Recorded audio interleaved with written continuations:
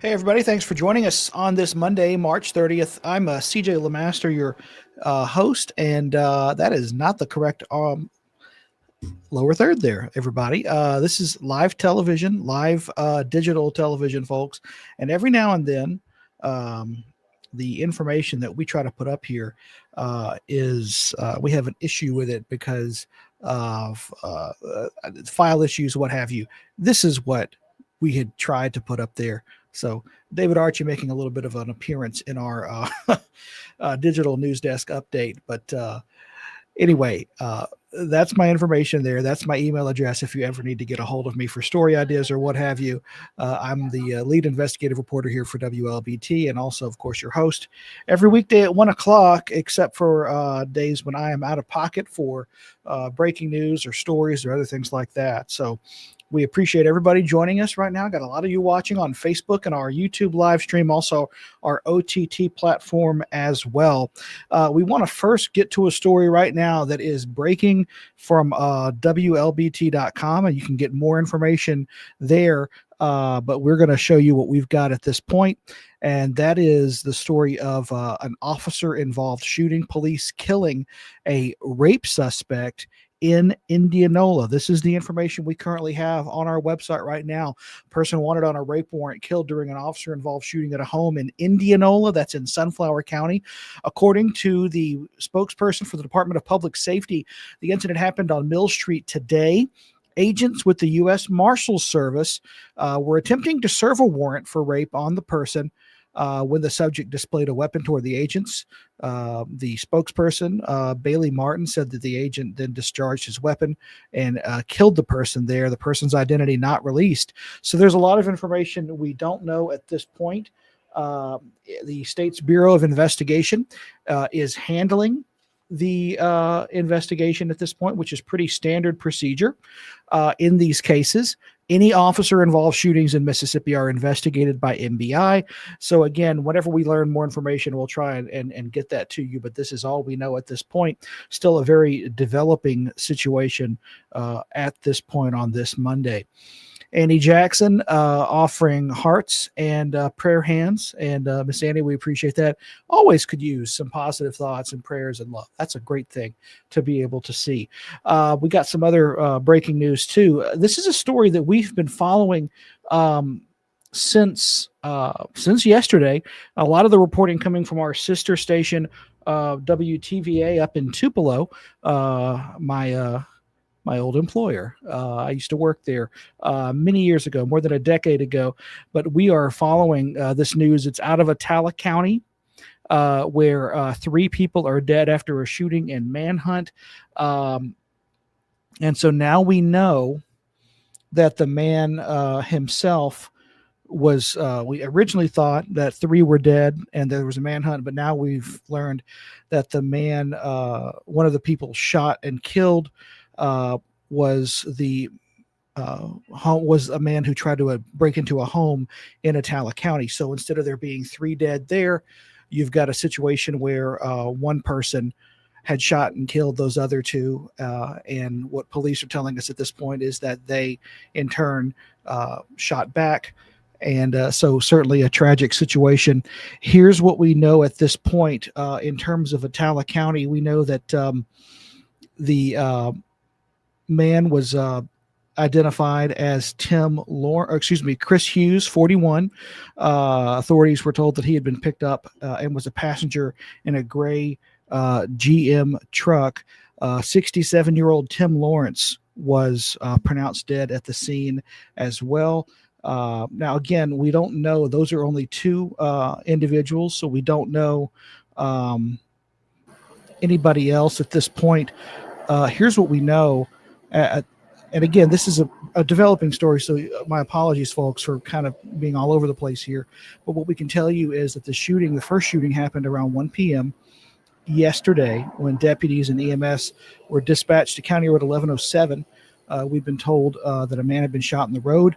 That was Mr. Lawrence, the 67-year-old man pronounced dead at the scene there.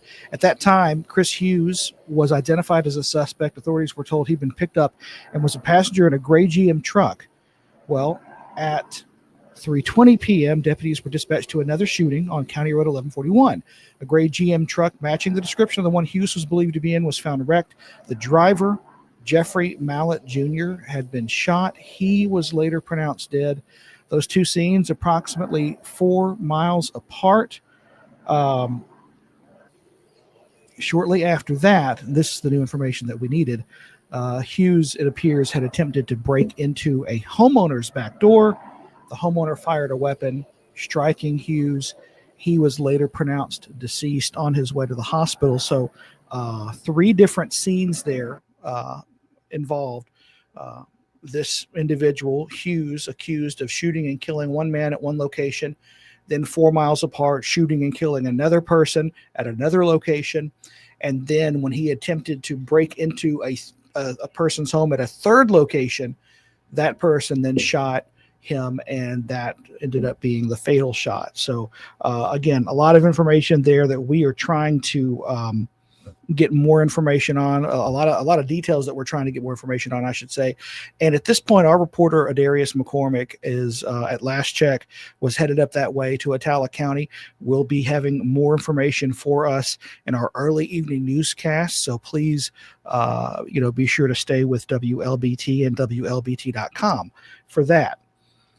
We also want to tell you about an apartment fire that we're following up on. This happened on Sunday. 8 families without a home after that fire yesterday. Jackson Fire Department says it happened at the Magnolia Park Apartments on West Capitol Street. We're showing you video there of the fire. Officials say 8 units were heavily damaged, and of course that displaced those 8 families. I heard a little something, but I was asleep, so I just thought I was, waking up and going back to sleep until I heard them knocking on the door, and they was like, it's a fire. And we jumped up, we got everything that we could, and that was it. Now, again, this is video of the scene there, the American Red Cross helping those affected. No injuries reported. The cause of the fire is still under investigation. Meanwhile, in Carroll County, multiple crews continue to battle a wildfire there. This first alert weather video shows you helicopters tackling the flames from above. They're making strategic water drops as firefighters work to keep that fire from spreading further. The State Forestry Commission says the fire has burned more than 4,200 acres thus far. At last check, it was about 70% contained. A burn ban, of course, remains in effect for Carroll County. The House St. Patty's Parade, once again, bringing a sea of green and Irish spirit to downtown Jackson over the weekend. This year's Grand Marshal was Mayor John Horn. Crowds lined the streets in green, cheering as the floats rolled by, throwing beads and other trinkets. But, of course, there was a noticeable drop in participants in the parade from previous years. You could see it evident even in this video here. Normally you'd see people shoulder to shoulder out there, just going as far back as the sidewalk. That wasn't the case in many parts of the parade this year in Jackson. However, the Sweet Potato Queens and their wannabes from all over the country were there. It was a day of fun, friends, and for those who attended, bringing people together. Well, we thank Hal and Mouse for starting it, right? And we really enjoy coming down just to spend the day with friends. We've already met family right up the street. We didn't even know it was coming down here. So it really draws everybody to town. I'm overly excited. This is my first parade, my first St. Patrick's parade anyway. So I'm overly excited. Green is not my favorite color, but I'm just here. I'm excited.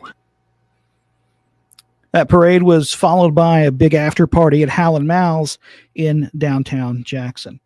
Popular Festival was also back in Clinton over the weekend. The 9th annual Red Brick Roads Festival on Saturday brought bands, artists, and the community to the streets of Old Town, downtown Clinton area there. The day included a 5K, live art all around town, live music, and crawfish. It's a really good way to get the community involved and get them to see maybe a part of the community they haven't ever been to before. We have lots of cool businesses, restaurants that they may not know exist. And so this is a way to kind of draw them in. And while they're here, they can say, hey, I didn't know they had a pizza place right here. Now I can come check this out. Not during a festival, I can come anytime. Organizers say the festival gives people another reason to explore Clinton, and they plan to do it all again next year. And again, before we leave you here on WLBT Plus, just want to let you know again, this breaking news, a person who was being served a warrant for rape in Indianola in Sunflower County, shot and killed by police who were attempting to serve that warrant after he showed what officers believed was a gun. That in that case under investigation, the person's identity has not been released, but of course we will continue to follow that story. And an update to breaking news we first told you about at WLBT News at 6 a.m. this morning. And again, this story on our website right now, a homeowner fatally shooting the suspect accused of killing two men in Atala County. So again, what we originally had found out, what we originally had reported, was that there were 3 people killed at different locations here in Atala County. Now we know from investigators that it appears that one man went and shot and killed somebody at one location on County Road 1107. Tim Lawrence pronounced dead there. And then the suspect, identified by police as Chris Hughes, went to another location on County Road 1141, about 4 miles away, shot and killed Jeffrey Mallett Jr. He was found there at the scene. And then, of course, Hughes had attempted to break into a homeowner's back door. Gunshots could be heard there. When law enforcement arrived, they found that Hughes had been shot by the homeowner. And, of course, Hughes died en route to Baptist Hospital there. So that is information that we are continuing to follow. We have a reporter in Atala County right now to get the very latest. There was a press conference just minutes ago from authorities there to kind of give us more information on the case, and we will share that with you on air and online. Got a couple of folks saying hi. Annie Reynolds saying good afternoon. Miss Reynolds, hope you're doing well. Britt, happy Monday, everyone. Hope you're doing well, Britt. Everybody, Britt had a birthday over the weekend, so please wish her a very happy belated birthday as well. She is 21, if I remember correctly, right? That's 21 years old. That's good. Britt also saying prayers for my county in Atala. It's certainly for folks who live out there. And I'll tell you, I've been out there many times. It's a wonderful area, Kosciuszko, that whole area. And something like this, when you have, I wouldn't say a shooting spree, but certainly a crime spree where you have 3 different incidents happening there in rapid succession. That is a very significant and unfortunate thing. They don't see that very often. You don't see something like that in Atala County and some of these more rural areas of the state. So certainly law enforcement working to try to get answers there and figure out what happened. The motive behind this is still not known. We are not sure what might have caused this alleged suspect here to go and do all of this. But we will continue to ask those questions and bring those answers to you. And we appreciate you joining us today. Our First Alert Weather Team will be in here at 2:30 to give you an update on how this work week is going to shape up. And of course, we will be back here 1 o'clock tomorrow. Our early evening newscasts begin at 4 p.m. on air, online, on our OTT platform. So please check us out there. And of course, I was waiting to see if we had any other comments here before we let you go, but I'm not seeing any. So we'll just go ahead and talk to you again tomorrow, give you the stories of the day tomorrow. And if you have anything that you want to let us know about, you can reach me. Again, my name is CJ LeMaster. I'm the lead investigative reporter here at WLBT and also your host for this digital news desk update. My email address is there on the screen. Just, shoot me an email. You can message me on social media as well to get us that information. I guarantee you, if you haven't seen it on the news, it's more than likely because we haven't heard about it. So please let us know if there's something you think we need to cover. Thanks again for watching, and we'll see you back here tomorrow.